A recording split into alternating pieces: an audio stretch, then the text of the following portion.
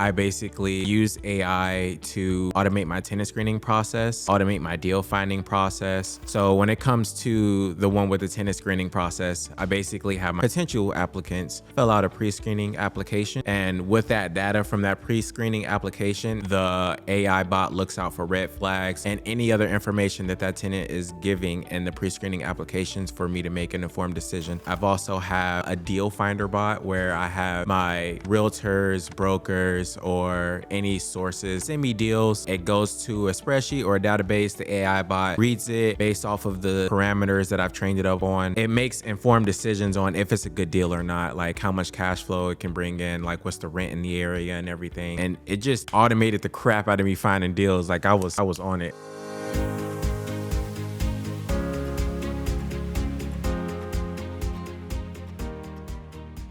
Welcome to another episode of the Straight Up Chicago Investor Podcast. I'm your guest, DuBois, and with me, as always, your hosts, Tom and Mark. He's the villain.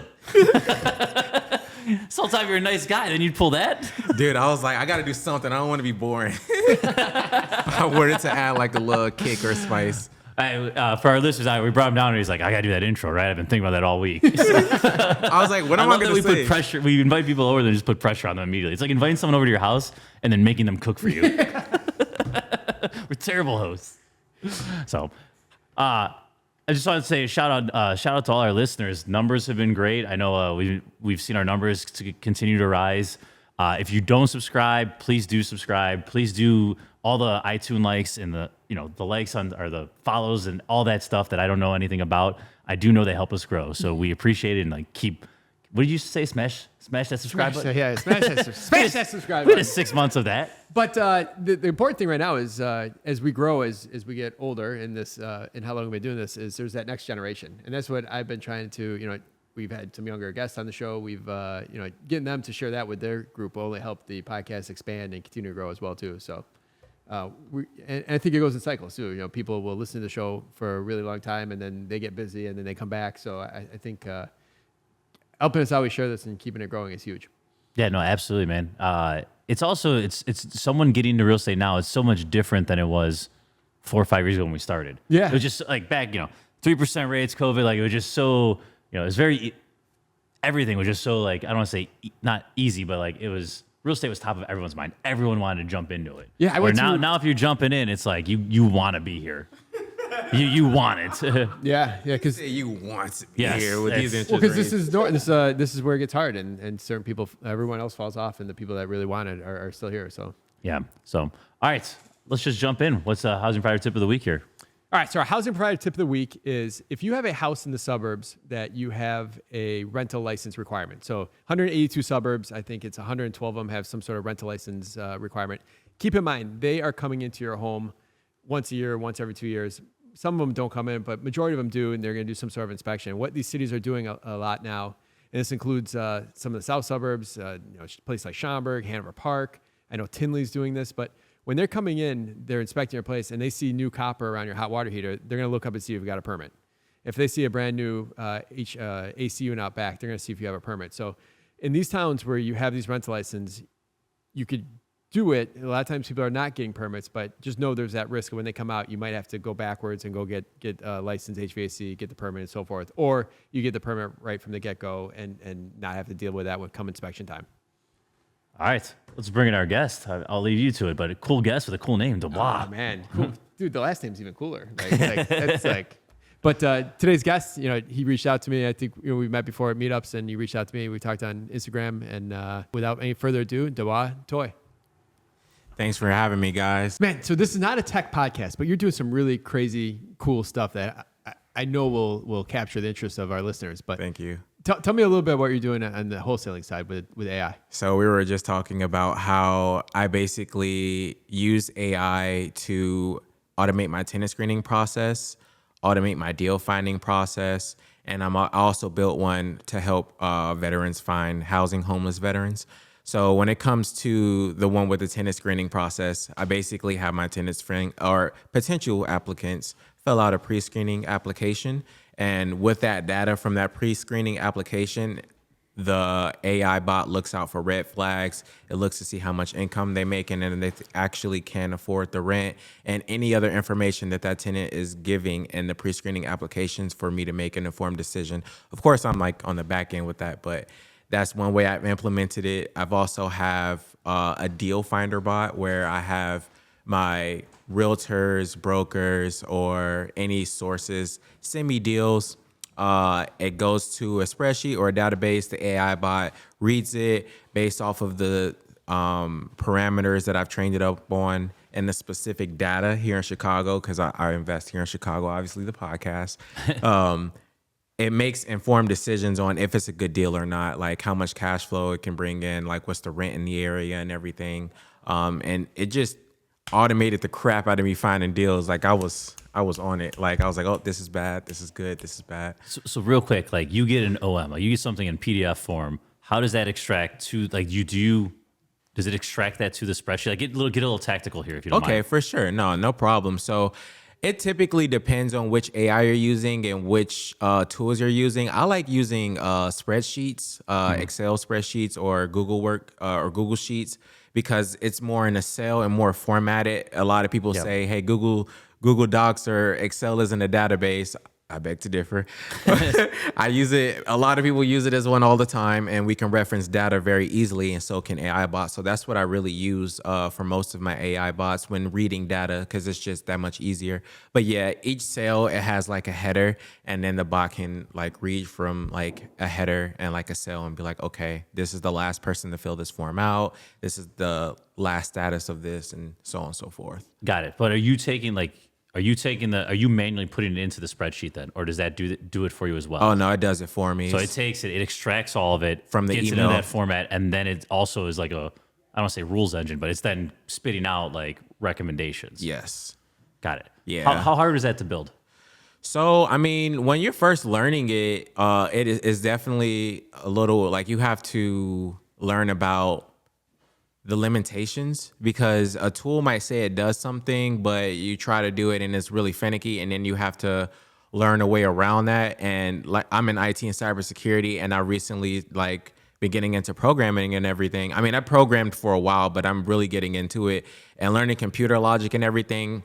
It's just like you could build something out and then one logic part doesn't make sense and you got to like throw the whole thing away and like start over from scratch. So I'm just like, okay, what's the best way to do this? And after I've gotten used to doing it, like, I guess it's been like, I've been at it for like about maybe 9 months. Okay. Maybe 6. And then you change one thing and then it changes something else. So you think you've fixed it. Like I've learned better techniques now. Right. Building a automation that does a simple thing and then building another automation that's phase 2. So you don't build one whole thing and then one thing and that thing breaks and now you got to like reconfigure the whole thing. So I'm learning like doing it in smaller chunks and then adding is like the best way. I like that. I need more phases. Yeah, I do. Like I keep screwing up my own stuff. I'm trying to learn all this and I keep screwing it up. It's helped me a lot with my business processes too, like learning like the logic behind how someone can break something or how a process can go left. Like what fallback do you have for that process? Yeah, no, that's good. What I want to stay on the tech side for a little before we get into how you started. Okay. What do you see the next like 2 years, 3 years? Like you've seen this like in the last 9 months, how this has made your business and your life easier. Like what's the future? What is the potential here? So the future here is just, helping like I mentioned before, I made the AI bot to help homeless veterans. It's so many things you can do with AI. And I know you guys know this, like so many people are talking about it. For me, like I said, just helping people. I have the veteran bot to help veterans with their resources. And I also have the AI bots that I built for my own business. Right now, I am throwing together a team of automators to help like offset the workload because I can't do it all myself. And I do have an IT business, but I'm looking to roll out automations for different business owners and just solopreneurs to help automate and just make their lives easier too, because a lot of things and processes we have nowadays can be automated and offset with AI or some automation tool, to be honest. That's my belief. On the buying side, how many deals are you able to look at on a weekly basis versus what you were able to when you weren't automating all this? Bro, like hundreds, like it's so many. As long as like as long as you get the data in, like the bots or whatever automation you get, and the data's good, like you said, a PDF would be like it'd have to be read differently, and you'd have to put that in mind in your planning versus an Excel spreadsheet, or even versus an email, like just an email with a list of different things, because you can take the data that you get from an email and like in a system, it'll read all that data, and then you can spit that into a spreadsheet, and then there you So can from a random wholesaler, you're able to take that email, put it in the system, automatically read it, and it spits out, keep looking at this one or run. yeah, yep, yep. I like that. Run. Sometimes I even say no. Just get it. Run. People email me deals all the time, and I'll look at it and I'll just reply back one word: run. Dude, I should put that in my bot. Like, just run. Don't do this one. Yeah, I'm excited to see just on an industry level. Like, there's so many inefficiencies, you know, in a real estate transaction. Just think about getting to the closing table. Like all the stupid things about like, oh, they didn't pull the water cert. They were late getting title. They didn't pull a zoning cert. Like, there's so much that should just be like, boom, click a button and like this should be done. Like, there's so much human error. And I'm pointing like at title companies here and in the attorneys that close 4 deals a year because they're not really real estate attorneys. Like, there's so much inefficiencies the last 48 hours of a deal. Yeah, and a lot of that, I imagine you'll agree, is it runs into two different entities' systems. Like they can't talk to each other. Like that's what ends up being the problem. They can't close that loop on getting that stuff, because that's really easy. If the city had a clear, open API water cert process, and then it connected with the 7 biggest title companies, like that should be like a click on the button, and you get it loops around and you get everything. Like Yeah, even like permits, like same with that. Alderman Villegas was talking about. He's like, I can order something on DoorDash, and within, I can know where it is, where, when it's going to be delivered, if there's an update. And he goes, yeah, you have a permit for a 7-figure project. You have no idea where it is. But like a cheeseburger, you can track. Like, that's insane. Dude, don't get me started on the government and their process. But what's crazy though here is you're creating this larger gap between public and private entities. Like, government is not anywhere near the speed that private entities are running right now. That's going to be a thing in itself, where they're going to.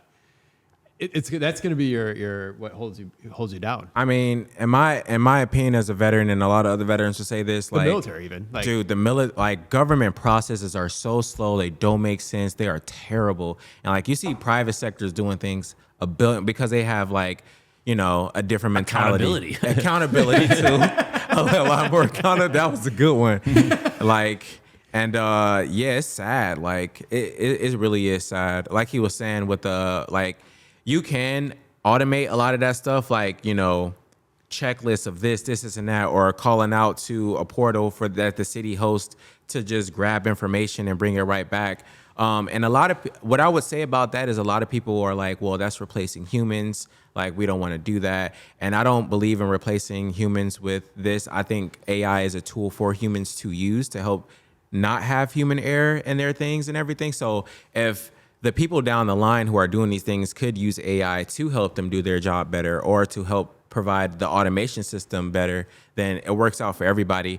Less people have to actually put in like more work, and they can just lean back in their chairs, you know what I'm saying? And like have an easier job. So that's what really helped. Like, that's what I'm doing at my job right now. Like, I'm creating these automations, not with AI, but just automations with like you could use programming. Like, you could write scripts to do AI, not AI, you could write scripts to create an automated process, or to automate something that you don't want to do manually. So I'm just taking that and just trying to put as much workload off of people as I possibly can, because I am a firm 4-hour work week guy, and I do not like put it in work. I like to just sit back and watch my stuff flow. So one more question. So right now, what hiccups do you have on? Because I'm big on the screening side of things. Like when you're running it, when you're through your automation versus, I'm sure you're manually checking it to the right. Like where is it not working at this point? So I mean, with the automation, it made like I'm not like I have to be the final say so, and people can lie on the application, of course. Of course, there's the background check, credit check, and all those things. But when I wasn't doing it, like say, because you could place your place for rent and 100 people would apply, but a lot of those people are about to waste your time. So like as those people are wasting your time and you have to put time and effort and energy into interviewing those people, it wears you down and you're able to make less smarter decisions with each one because it's wearing you down because of the volume. But like when that volume is shortened down, like now I can make more precise, more like just all in mind decisions or have all my like stamina mentally there because like I'm not wear it down with 100 people asking stupid questions, questions that don't have to do with anything. Or I'm like, bro, obviously you see this is $1,500. What do you mean you can only afford $700? Like, Yeah. like I can like, you So know, similar to what you were saying before is if you have 100 people, it tells you 90 of them are run. yeah. And 10 of them are focused your energy on these and Yes. get one of these faster and don't miss out on one of these 10. So that's kind of 100%. It's getting you 90% of the way, basically. Yeah, definitely, man. Like it's a lot of like time and energy that can go into that. And like I said, you're just able to you're able to focus on the people you really need to focus on that qualifies for the thing that you're trying to sell or give out. Cool. All right. So we took our little IT deep dive here, which we'll probably circle back to. But let's get to real estate, man. How did this come into your life? I mean, you're in the armed services. Sorry, where'd you grow up? Yeah, you just- got in the armed Oh, services? yeah. Who are all you, that man? stuff. Let's Oh, listeners for find sure. out. My name is DuBois Toy. So I think my grandmother actually got me into real estate without me knowing. Like psychologically, when I was a kid, I think she did, but I never knew the power behind it really.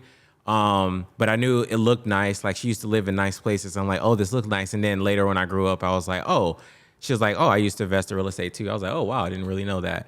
But it really, really started when I went into the Air Force because I grew up on the south side of Chicago. I was a skater really hard and I knew I wanted to do computers and IT. So I joined the military to do that, but they're like, yo, we're going to make you a mechanic because we need mechanics. Screw what you want to do. We need mechanics. Even though I qualified to do IT stuff, I was like, okay, whatever. They're like, you could do that after, like, they was like, oh, you could just transition in. Like, after you go in and do this, like, midway through, you could, like, transfer over into that IT job. And it's not midway through. It's, if you serve 4 years, it's on your 3rd year. So they do it as a retention tool so you can re-enlist the next couple So years. they get another 4 out of you? Oh, no. In the reserve, they did. Okay. But, like, active duty, I was like, I'm about to go back to Chicago and invest in real estate. Because in 2018 or 19, I was deployed, and I was in the mindset, like, yo, I'm just going to, like, be rich, like, working on computers, basically, and doing programming and all that. And some dude was like, yo, you should read Rich Dad, Poor Dad. Like, you'll really like that. And then I read that book, and I was like, oh, I get it. So I need investments. Like, I'll never get rich working for somebody. So after that, I read 4 Cash Quadrants, and then it really instilled. I was like, oh, okay, now I really get what I would need to do. So I got the real estate bug. I started listening to a lot of bigger podcasts. I was listening to bigger podcasts every day. People would get in my car, and they'd be like, bro, you listening to this again? And I'm like, yes, I am. So when I got out of the military, I was like, I'm going back to Chicago, and I'm investing. I didn't get a W-2 job for the longest, and as we all know, banks don't like contractors. I was a contractor for 2 years doing IT work, and I just couldn't get the money to like invest in multifamily. But once I had went down south to train for the reserves because I was still in the reserves at this time. They trained me in IT, like low level, but I went to this school while I was after that really took me to the next level. But they trained me on the basics. I got a decent amount. Before that, I was already studying, so I already knew all that stuff. Like I was passing with flying colors. I actually graduated early from down there. Mm-hmm. And when I came back, I landed my dream job when I came back. It was crazy. Well, what's the dream job? I was a junior penetration tester and a SOC analyst. And that is basically an ethical hacker. So I was paid to hack into companies and find the weakness in their network. Yeah. And I was also doing SOC analyst work where I would look at, logs from different companies and let them know like, hey, something's weird with this, or this file's malicious, but it's not too malicious. I'll delete it for you, like do a little write-up on why you shouldn't do this, A, B, and Z. And I got it. I was over the moon. I was like, I got my dream job. I'm about to invest in real estate. This is awesome. And that job was not what I wanted. That job was so stressful, dude. I was like, damn, like I was at a small team, and like when you're in a SOC, like when you're in a small SOC team, you kind of are like on this 24-hour kind of like call sometimes in a sense, where it's like, yo, if anything pops off in a 24-hour period, like you have to be on it, you have to be like figuring it out and everything. And that was very stress inducing, especially when I got the real estate. And I was like, yeah, like it was fun when I could do it on my spare time, like, or I can like practice on my spare time and like, you know, talk to companies. But like when I have a job and it's like, we need you to find these like vulnerabilities, we need you to hack into this, and like it's way more pressure. Yeah, it didn't become fun anymore. I was like, I was sweating bullets, man. Especially I was on a team with like other guys who were killing it, like monsters at it. And I'm just like, oh my God, like it wasn't really a helpful environment either. Maybe it was that environment, but my team members weren't really, they were expecting me to know like everything, but I'm like, yo, I'm a junior, you guys are a senior, help me out sometimes. But like, yeah, it was really cutthroat, but I'm in a way better like job and position now. I still do security. I'm a security analyst and I still do like the offensive side, but way less like workload and just stress, and it's way more laid back. Yeah, I had one of my buddies, an infrastructure guy, and like, you know, anything goes wrong with a go live or a deployment or whatever, like he'd have his laptop out with him. Like you'd be at a bar and just like, in case something happens, gotta respond. It's just like, dude, that's not a great way to live, in my opinion. Yeah, like it's fun for a while, like, and I mean, you make great money, but like you said, like after a while, like if you're single and you could do it, but after a while, if you're dealing with other stuff, it's not a great, like it's definitely not a great way to live. All right, so we transition to W-2. When does real estate come into play here? So I got that W-2 job. I stayed there. Like I did it immediately. Like as soon as I got that job, a month later, I tried to apply for a mortgage because I know they love salary people. So I was like, oh, as soon as all they need Pounce, to know baby. is exactly. So I bought a 3-unit apartment building, like right on the outskirts of Oak Park, and that was my first one. And like, I got a check back at closing because I did 0% down with my VA loan. Yeah. VA loan with a credit? Yeah. Oh, it's beautiful. We mentioned that multiple times on the podcast, but it's so ridiculous. It is ridiculous. You get paid to buy a building. Yeah. I got $2,500 back at closing. So it was pretty sick. And I just put that money towards repairs on the building. And I just slowly repaired the building over time, rented out each unit. And yeah, like that finally got fully rented out. I went through an eviction, if you guys want to know. That was terrible. So Well, first, you first bought building. First building, you bought it.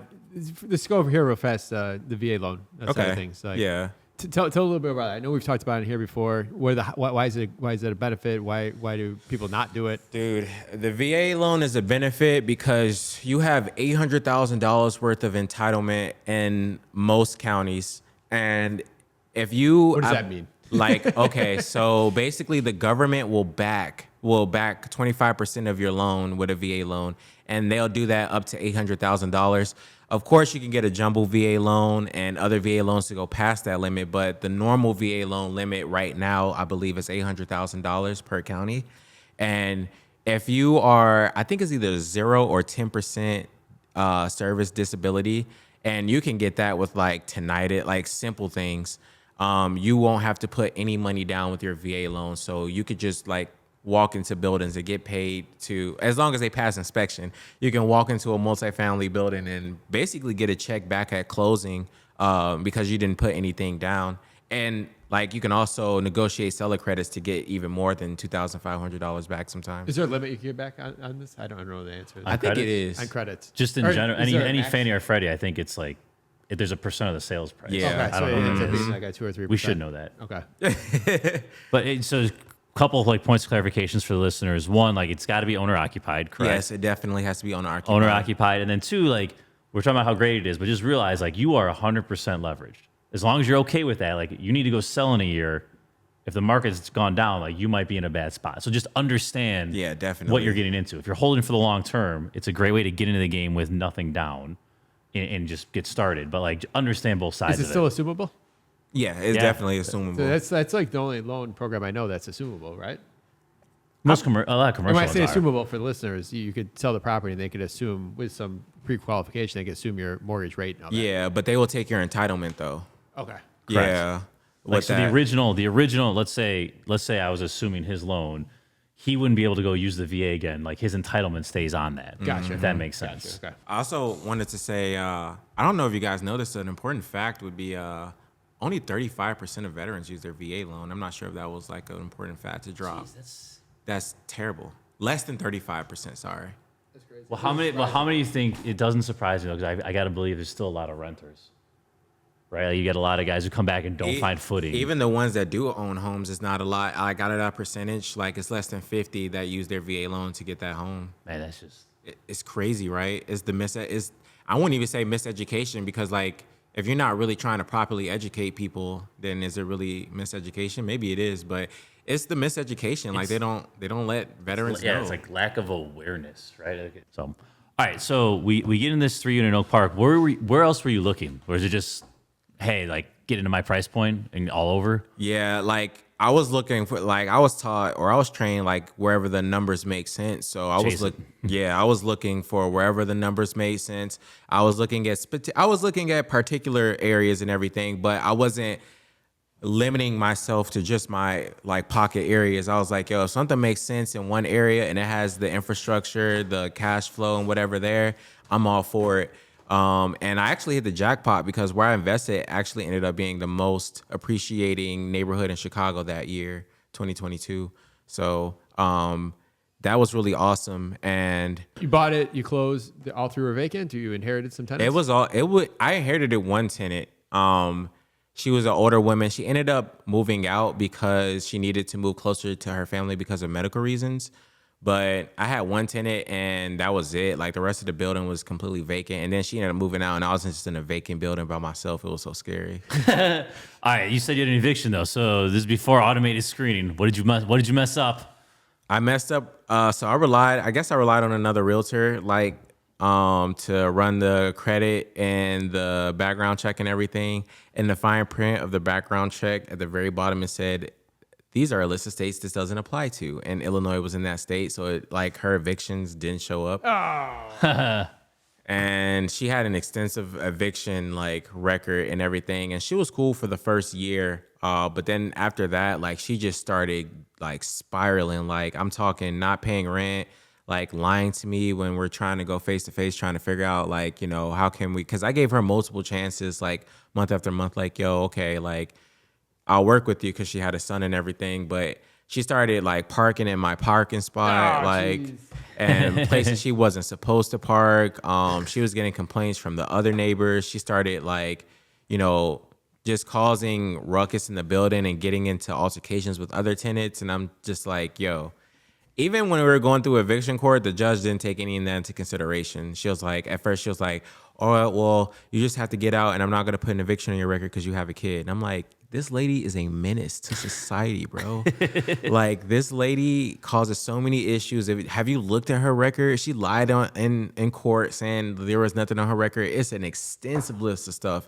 And like, she still ended up getting an eviction on her record because she stayed past what the judge was telling her. And like, she showed up to court on phone and like she was arguing with the judge and the judge was like, eviction on your record, get out now. Then I had to pay the sheriff. after paying the eviction to come. It took him 3 or 4 weeks and she finally got out.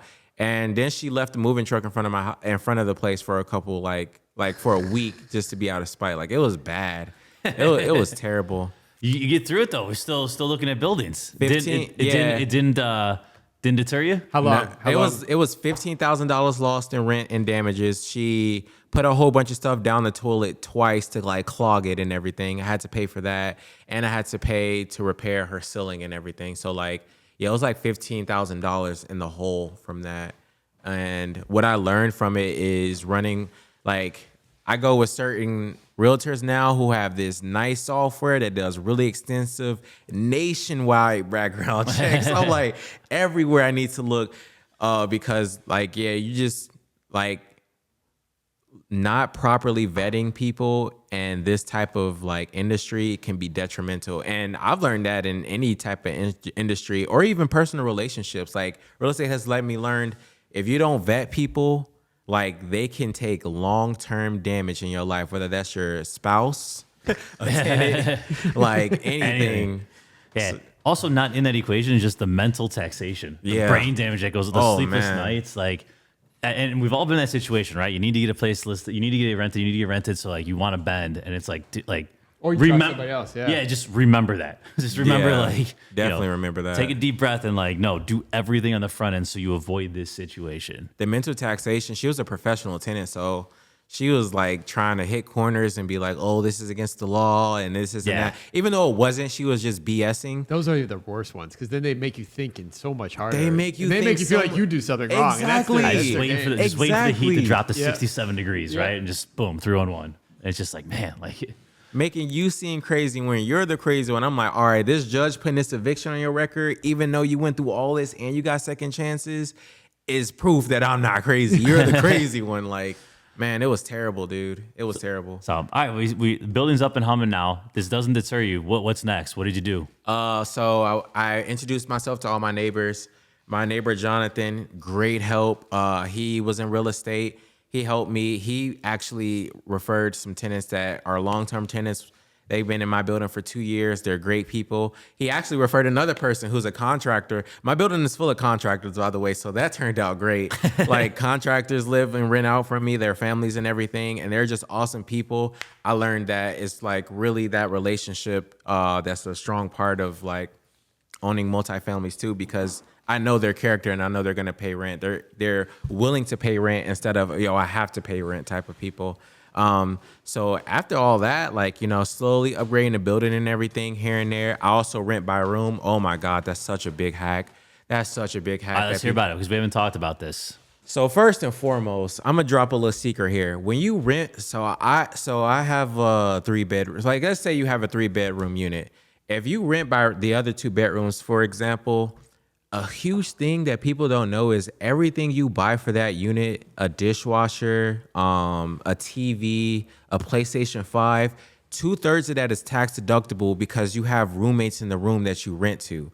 So I'm buying like entertainment stuff, like, a couch, like this and that. Since it's used for your tenants, those are tax deductible and tax So write-offs. you're saying if you're owner occupied, all the stuff you buy in your unit, you could write off 2/3. So I am in one room. Okay. And then I own 2 other rooms. But so this common area space stuff that everyone's Yes. using, you can write off even if you're owner occupied of the space. How about that? yes, 2/3 of it, depending. And if you have one other roommate, it's 1/2 of it. Okay. Yeah, it works like that. So that's huge. I'm getting paid $700-800, like $700-800 in that location per door. So if you rent out one unit, like a 3-bedroom, it'll rent out for like $1,500, like average market rent. But if you rent per room, $700, well, now that's $2,100 for that unit. So my cash flow is just way stronger, and I also get to pick my roommates. So like I have some pretty awesome roommates that live with me as well. They motivate me to like do better in different areas. They all work out. We're like hiking and stuff. Like, so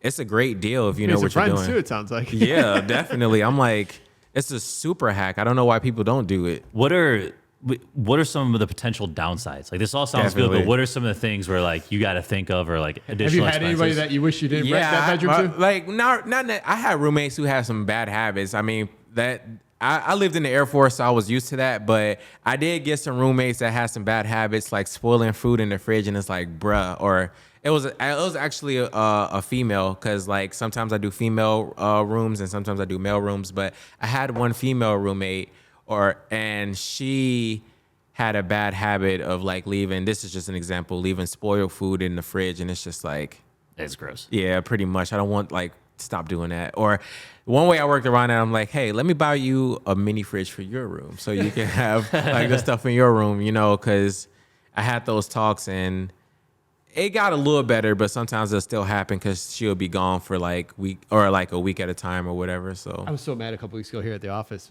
It smelled horrible in the kitchen, and I came in on Monday. I'm like, what the hell? We still didn't throw it away. So I go in there all pissed, getting ready to make a statement, like walk out, and it was my food that I had in there from like 3 weeks ago. That was the problem. That's awesome. yeah. How do you list these? Like, do you just list it on Zillow as like a one room? Craigslist. No. No, I'm joking. Definitely. I mean, definitely not Craigslist.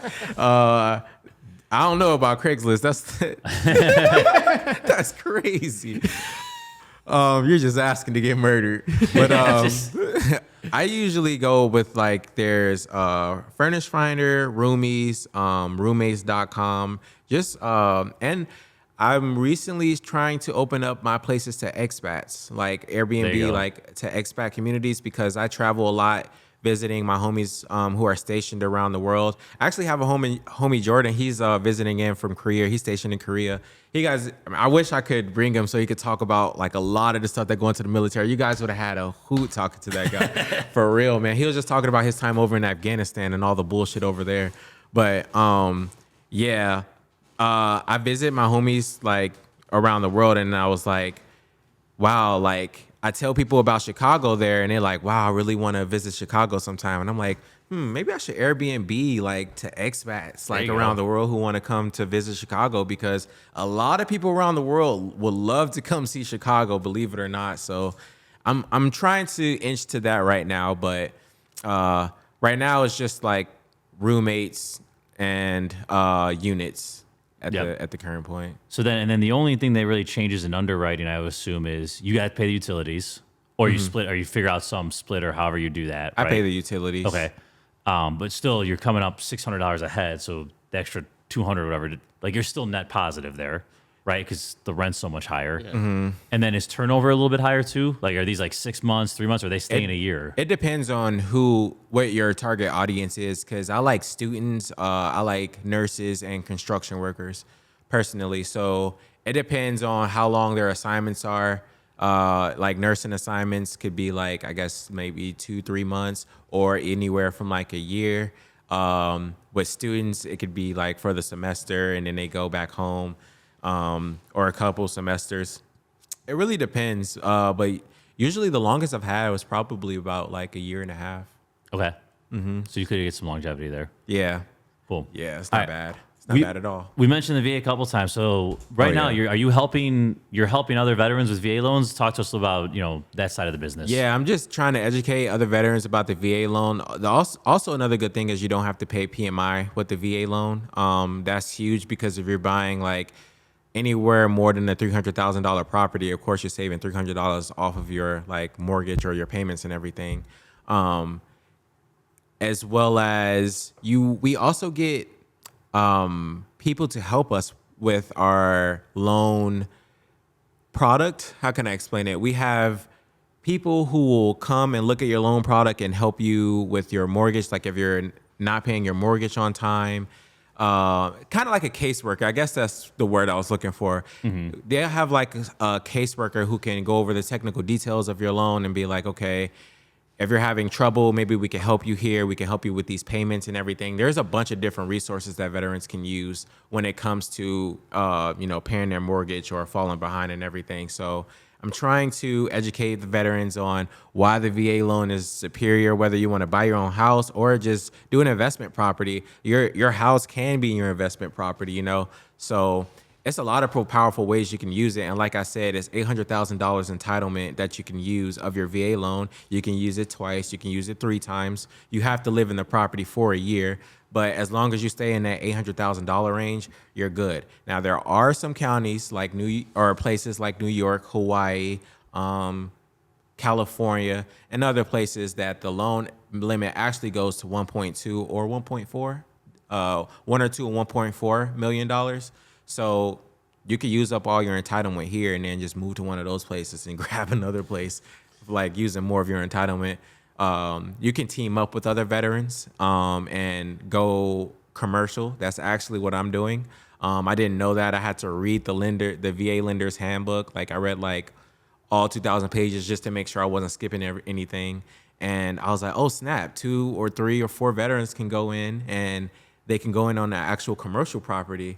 And if it's 2 veterans, it could be a 6 unit. If it's 3 veterans, it could be a 7 unit. And once I found that out, I just reached out to my homies who I knew had equity, and I was like, "Yo, we're about to do this." Now, do you guys got to live there, or what's the other Yeah, catches? we have to live there. It has to be owner occupied, but we make the money, so Yeah. it's no problem for us. So I was like, "Yo, this is definitely let's stop invest. No one's gonna give us 400,000, 800,000 to invest in crypto, but they will in real estate, and real estate is way better than crypto. So this is definitely the move." Yeah. Is what I was telling all my friends, basically. It's so crazy. There's dangers with high leverage, not danger, but there's things you need to be aware of with high leverage, right? But like when you actually run your numbers, like the ROI is just ridiculous. When you have nothing in the game, your return on investment is infinity. Like it's just, it's crazy. It's crazy. And when I also want to highlight here is that we're in Chicago, so knowing your market is definitely important too. I know we appreciate here anyway. So people, like I talk to people and they be like, oh, being highly leveraged is dangerous. But I'm like, yo, I'm in Chicago. We're appreciating like mad like percentages year after year. So I'm like, it doesn't matter whether I'm going in 0%. Like, of course the market could fall, but I'm like, I mean, I'm still getting rent. I don't care. If you're holding it for a long time, it doesn't matter. It doesn't matter too. The rents are not. If the market crashes, the rents will not crash. Exactly. If anything, they'll go up. So as long as you're buying it where you're at least break even and living there, like you'll be fine. So you don't have to worry about the leverage. Now you go bankrupt, you lose a job. Like those are different other risks that you have. But yeah, so it is fairly safe, even because this is a long-term hold that you're playing. It's definitely a long-term hold for myself. So you're a young guy. You've had some successes, but you have such a giving heart. I mean, it's very obvious. Thanks. Like, where does that come from? Like, what's making you want to go out and share this information with the community, with us, with your homies? I got to repeat it. No, for sure. Like, where does that come from? I guess I'm just that type of person. I'm also a Christian, and you know, I follow the principles of God to the best of my abilities in Jesus, and it's just in me to give back as well. Like, I mean, I grew up I didn't come from money at all, saying that humbly, and I just don't like seeing people suffering, especially like since I've been there. And I'm like, yo, there's better ways to do this, or I learned a way better way to do this to, you know, help your life, help my life. I just also like seeing people's faces or seeing the impact I could have on people's life. Not even the impact me necessarily, but just people getting the right type of information can have a huge impact on their life. And a lot of people don't like change. They're kind of slow to get into things. But I even try to tell like a lot of people like, yo, even if you have an apartment and you rent the extra rooms out, like even if you don't like own it, that can still be a little extra cash in your pocket, or like that could still like, you know, be your beginner guide into real estate. And when it comes to the veterans, like I said, the same thing. We just get a lot of shit at the bottom, like all of us not growing up rich. And I just like to help us and help other people, because I'm like, yo, these tools of the rich we can use. We just have to know how to implement them. So yeah. Yep. So you got your hands in a lot of different areas here, right? I do so much. What's like the next 3 years? Like, right? What are you focusing on? If we had you back on in a year, like, are you known as the guy building out automation? Are you doing VAs? Are you doing all of this? Are you buying more rentals? Where are you gonna be? That's a good question. Because I didn't know I was going to be this far in 3 years. Like 3 years ago, I didn't imagine I'd be speaking on this podcast. Like, so, I mean, 3 years from now, I'm definitely going to be getting more commercial property. Like for right now, once I get this 6 unit, I'm definitely going to just relax and make sure my 6 unit and my other, because I have another 3 unit that's by UIC in Woodlawn, and I rent out to the college students and tenants there. But What block you on? Marquette. Marquette. Yeah. Okay. Hold on, I'm going to cut you off now. Let's hear about this one. What, room by room there too with the students? Yeah. What is that compared to market rent? Oh, like that's like, so rooms over there go for like $800 to $1,000. Okay, so like on a 3-bed, you can get $2,800, $3,000 net. Yeah. And then like what's like market rent for a 3-bed? I would say around, it depends on which amenities you have, because after I started dating my girlfriend, like about 2 years, like about 2 years ago, she was pointing things out to me like, yo, you need a dishwasher, or hey, this countertop doesn't really feel comfortable like when you're cooking, or hey, this and that. And now I'm like, okay, I'm putting amenities in my building. So I have a dishwasher in my unit and also a washer and dryer. So those amenities, of course, make my unit stand out. Mm-hmm. So I would say market rent for like the 3 unit would be like $1,600-$1,700, like as a safe in that area for things, like I said, with the amenities, the dishwasher and the washer and dryer and unit. Now, if you don't have those things, you're probably falling in the $1,400 to $1,500. All right, so you're getting like almost $1,000 more for dealing. Now you're taking on utilities, you got to furnish, but like you're getting $1,000 more a month I rent a room. Yeah, per unit. Yeah. Oh, when you Right, rent per room, like I get 1,000. But if I rent it just by the unit, then it's like 15. Like I said, 16. Yeah, so 17. you're getting way more. Yeah. With the rent by room there. Oh yeah, Man, that's crazy. I know, right? I'm like, bruh, this is like you will run your numbers, and then just for the numbers to exceed that, like later on when you rerun it because you did it by room, it's just like, wow. Well, it's like, also like you can be 2/3 vacant and still be like breaking even almost from where you would be on the market if those numbers hold true, right? Like, Yeah. that's crazy. So are you the Six Flags? Do you have something under contract, or are you guys looking for that right now? We're looking for it, but I only buy my apartment, and I'm blabbing. I'm telling all my secrets online, but I only buy real estate here in Chicago in the winter because I like to buy my deals on sale. Okay.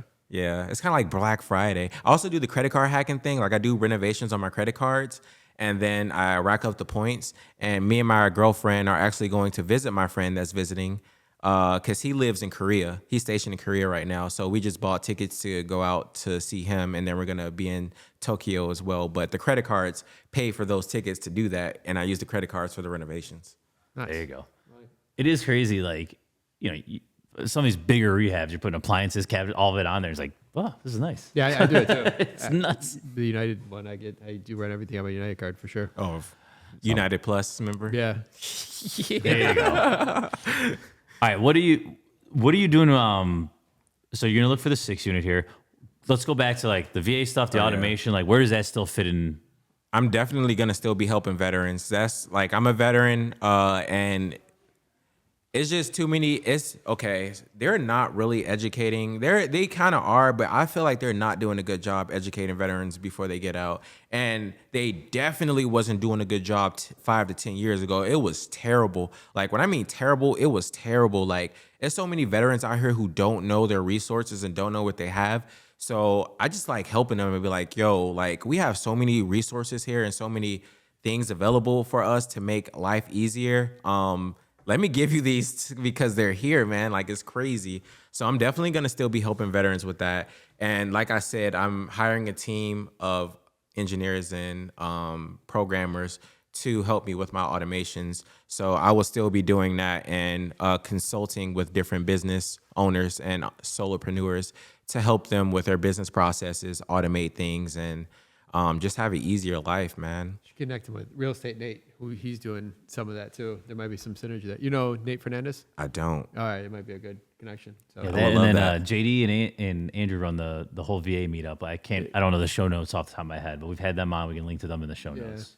Nice. Yeah, I have some show notes to leave for you guys too. There we go. All right. Yeah, Well, you got the absolutely. notes up. What haven't we covered that you got to make sure we cover here? Okay. What are for we sure. missing? Let me see. Oh, the property tax exemption. That's pretty cool because I think when you're, let me pull up the exact. So for the property tax exemption in Cook County, if you're a 30 to 50% disability service connected, you get $2,500 off your EVA. Now, what your EVA is, it's 10% of the total value of your property, I believe. Okay. So if you have a $100,000 property, you only pay taxes on $10,000 in Cook County. Now, you will get $2,500 off of that $10,000 that you're paying taxes with if you're 50%. So it's basically your assessed value is going down by 25 grand, if I'm understanding that correctly, right? 2,500. But so you have a $700,000 home, like that number on the Cook County site says 70. That's the EV, right? Yep. So you're getting 2,500 off the EV, which equates to you add another zero, it's 25,000 off the assessed value. Oh, yeah. You know what I'm Okay, saying? I Right. see what you did. Yeah. Okay, I see what you did. Yeah, you're right. If you're 50 to 69%, you get 5,000 off of that EVA. And if you're above 70%, you get 250,000. It's a huge jump. That's huge. Yeah, it's super huge because that means you could own like $1 million property, $2 million property, and not pay any taxes on it with this, like $250,000 off the EVA of that. So that's really powerful, and a lot of veterans don't know about that. And I try to tell them like, yo, if you have that, you could do that. And it's different for each county as well. So I tell them to look into that. And they're like, oh, snaps. Like, I didn't know that. Like, That's a thanks. federal thing, right? That's not an Illinois thing. That's That's every county. No, that's a Illinois thing. Okay. Yeah. So I also tell veterans like, yo, when you get out of service, move to a state that's friendly to veterans because not every state is That's friendly. the thing, huh? Like, Yeah. certain ones are okay. What's the most friendliest state? I would say Texas, Illinois. That's the two most, and I think Florida maybe. Is that a retirement? I think that's a retirement state. Yeah. Yeah, it's good for retirement people, but Texas and Illinois, I know for sure those two are great. One, because I live here, I would have never known until like I actually started doing my research and be like, oh, there's a lot of benefits for us here. But everyone knows like Texas is huge for veterans. So Texas is another great state for veterans to go after their service too, just so they can have as many resources and tools to their disposal as they can, really. Cool. All right. Born and raised in Chicago. What's your outlook? Give us why you're bullish here. Why you hunkering down here? Oh, because of the data. I mean, I know, like, the numbers don't lie. So I just have statistics. I get the Wagner reports. Like, I get all that stuff. And, like, I use those type of statistics to be like, also the Chicago Housing Index, stuff like that. I'm like you said, I was like, yo, it goes down, but it's gonna always keep going up, real estate. Like, it might go down, but it's gonna come back up at some point, and it's gonna be higher than what it was previously before. So that was enough to sell me. All the richest people in the world, what do they invest in? Real estate is the most powerful tool in the world. So, like I said, Rich Dad, Poor Dad, that sold me. I was like, oh, I need to do this. And it's so many ways you could like flip real estate, or like in a sense of like using it to your advantage. And I'm like, okay, Chicago has great appreciation. I was in a place, I was stationed in Minot, North Dakota. You can get a three bedroom there, 2 bathroom for like $800. Yeah, in the middle of nowhere. I was telling my girlfriend at the time, and other people, you could never get this in Chicago. I was like, you would never get it a place this good in Chicago. So I was like, if I can go to Chicago and like get places like this and rent it out, I would make a killing. I can make a killing. So that's pretty much what sold me on it. Yeah, that's awesome. All right, before we wrap, automation. What can Mark and I do on the show? How can we use automation? What bot can you build for us to make the Straight Up Chicago Investor podcast more efficient? I could automate your deals if you guys are looking for deals. Or I could look at your business processes and automate that too. I do a lot of automation with business processes. How can you make Lance's life easier? That's the question we're asking you. It's so much, man. I've built like a lot of different automations. Some that, generate contracts, some to integrate through systems. So you don't have to log into a bunch of systems to do. You could just pull that information down automatically. And, it's really the sky is the limit, and especially since I know how to integrate AI into it as well. One resource I did forget to mention that I see in my notes is us veterans have the GI Bill, and that's like free schooling for like 36 months. Like, not only is that free school, but you get like a check. So when I went to that one cybersecurity school when I got out of the reserve, like after I got out of the reserve, it was downtown Chicago. It was called Evolve Security. I learned how to. It took me from zero to hero when it came to ethical hacking. I learned all my stuff from there, and like most of it, I became a beast through that thing. In my definition, I would say. And I like the GI Bill paid for it. I got $1,300 a month, like a check to go to school, and they also paid for my tuition, which was $15,000. So I just got paid to go to school. It was great, and I used my GI Bill to do that. But you can also use your GI Bill to do on-the-job training. So you can, if you get into real estate, you could use your GI Bill to learn how to do carpentry and learn how to do the stuff around your house. I wish I would have had that mindset when I started. Like, let me use these Home Depot, because Home Depot has like these tracks that you can learn from and everything. And I'm like, oh, snaps, I could have just used some of my veteran resources to, have free training with these programs and learn how to do some of this stuff myself. So, because, man, I was just in my building, like when I first bought it myself, doing everything myself, like ripping up the carpets, replacing the countertops. Like, it was hot. The heat didn't work. Instead of like heat, I had like this like this system where like rods run through the ceiling, like and like heat or not heat, like heated water like goes through it. Yeah, to radiant. heat up. Yep. Radiant. That's the word I was looking for. I have radiant heat, and I didn't know how to turn it off. So it was summertime, and I'm just, bro. Just burning gas, I baby. was, bro. It was crazy. I was burning so much gas. My gas bill was so high. I was hot as hell during the summertime. I was like, how do I turn this thing off? Like, I didn't know what I was looking at until my neighbor had to show me. Like, it was You don't know what crazy. you don't know, though. Yeah. Right? You gotta get in there. And that's the thing. I was willing to get in there. Like, I was willing to be like buy this 3-unit building and be like, I'm gonna figure it out. Like, I'm gonna do it. Let's do it. That goes to just show the smartest people you know out there are the people that you think are experts. There's something they're not expert in. Like you literally can hack into banks, but you can't turn off your heat at one point. So like awesome. the thermostat wasn't working upstairs, and I was just like, "Yo, what the fuck? Like, what is this connecting to? How does this work?"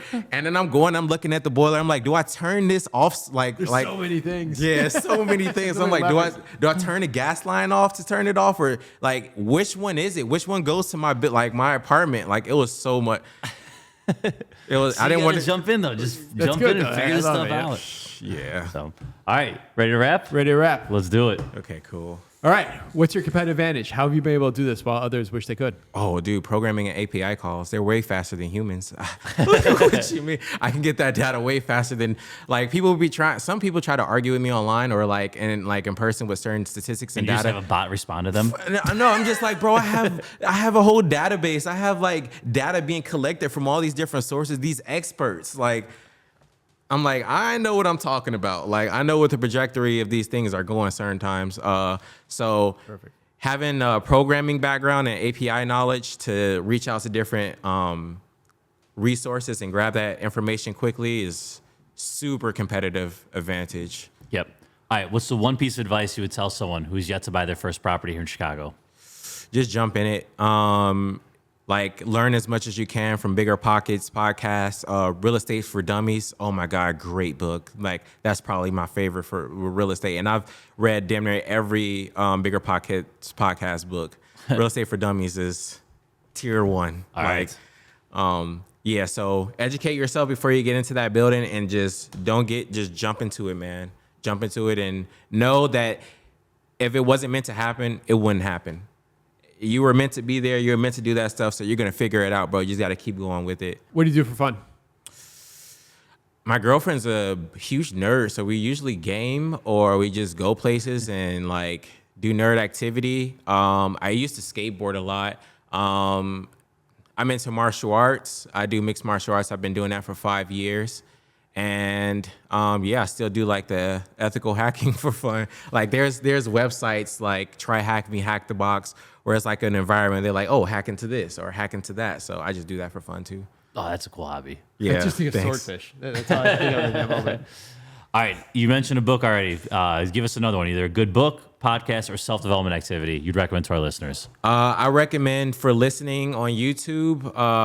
This is more of a mindset thing. Academy of Ideas. It's a bunch of Stoic philosophers and just people on there. They talk about Friedrich Nietzsche. They talk about Socrates. They talk about Plato's, like, and just their thought. Carl Jung, like a lot of thoughts and just different ways to think about stuff. When it comes to a book, another mental one, Meditations of Marcus Aurelius, that's helped me a lot when it came to just looking at life differently. Like, you choose what affects you type thing. And like, don't pray for things not to happen to you. Pray to have the character to endure those things that happen to you because you want to do what's in your control. Just a lot of wise wisdom, like words from a wise man. Also the Bible. The Bible is top tier, like endless, like some of the stuff they give in the Bible is like timeless. And it's a lot of business. It's a lot of business like lessons in the Bible too, believe it or not. Cool. Other than yourself, name a valuable resource for other Chicago real estate investors. Actually, I also want to mention Myron Golden for YouTube. All right. A valuable resource for real estate investors other than myself. Meetups. If you're not going to 3 real estate meetups a month, you are losing, bro. And cybersecurity is this thing called open source intelligence. And that's where things that happen, we all put it in this open source feed where it's like, hey, this bank just got hacked. This is how they got hacked, so watch out for it. And then another company will be like, hey, this institution got hacked. This is how they got hacked, and watch out for it. So being in that thread, you're able to be updated on the latest things that's happening. Like you have an ear to the ground, really. And you have that razor edge, like competitive advantage that a lot of people don't have. So going to real estate meetups is basically a little bit of the equivalent of OSINT or an open source threat feed. You're listening to different things that's happening from different angles, different mindsets that all invest in Chicago are able to come and just give their bits and pieces of information. And like, honestly, that's really invaluable. Like you're going to meet new friends and your network is your net worth. That's one of my golden rules, probably like number 1 or 2. All right. Good stuff. DuBois, you've provided a ton of value, a ton of insights. How can our listeners learn more about you? Is there any way they can provide value to you? You could just provide value to me by just basically going over the resources that I'm going to give you in the show notes. All right. And getting what's entitled to you, like certain resources, certain things, certain exemptions out there, or just ways of doing things, even when it comes to renting out your house or doing certain things. These are all things that the government incentivizes you to do so you can make extra money or so you could like live a better life. So just learning about your options and your resources, put down the Facebook, put down the TikTok, like even the television, like just unplug your television for a week and just dive into books and dive into like your county resources for what's actually there to help you live a better life locally and like outside of local, of course, because you want to be a good Samaritan outside of local. Good stuff. All right. Chicago Fact. Who are we playing for? Who's sponsoring? All right. So today's sponsor is Cost Segregation Services, CSSI, Cost Seg Kev. We're playing for Ivana Kirchhoff. So Ivana, if myself or DuBois get this question right, you get $50 gift card brought to you by CSSI, Cost Seg Services. Okay. All right. So one of my buddies dropped the line. It wasn't me. It was the one-armed man, which is from The Fugitive. So I got a Harrison Ford question for you. Which Chicago suburb was home to actor Harrison Ford during his teenage years? I don't even need multiple choice. And yeah, and you don't need. I'm gonna give it to you. Just I don't want. Okay. Oh, you want to be cocky? You want to do it? Go. I'm not. It's the way, hold on, it's a All right, Chicago hold on. suburb. Go. I'm gonna give you the multiple choice: Highland Park, Naperville, Park Ridge, Hinsdale. I think it's Highland Park. Park Ridge. You got it, my man. Maine East. Yep. He was born at Swedish Covenant, which is a fun fact because yours truly, also born at Swedish Covenant on the north side of Chicago. Nice. Very nice. Nice. How'd you know that one? Right. I did a girl in Park Ridge one time, and her dad told me. Like, I think that's just honestly, that's the source of like, Dude, I I watched Ford versus Ferrari. I'm like, I should know this. Where did he grow up? I'm pretty sure Mike Bednarz, who's been on the podcast, I'm pretty sure he's a Maine East grad as well. Yeah, Clinton. Hillary Clinton is like from over there somewhere too, isn't she? Park Ridge's got some people. I think she's from Park Ridge. So, all right. Ivana, you get a $50 gift card brought to you by Cost Segregation Services, Cost Seg Kev, CSSI. So, DuBois, thanks for coming on. Tom, thanks for coming on. Listeners, reach out to us. We want to know what's going on. We're here what DuBois is up to here today. We want to hear what all you guys are up to.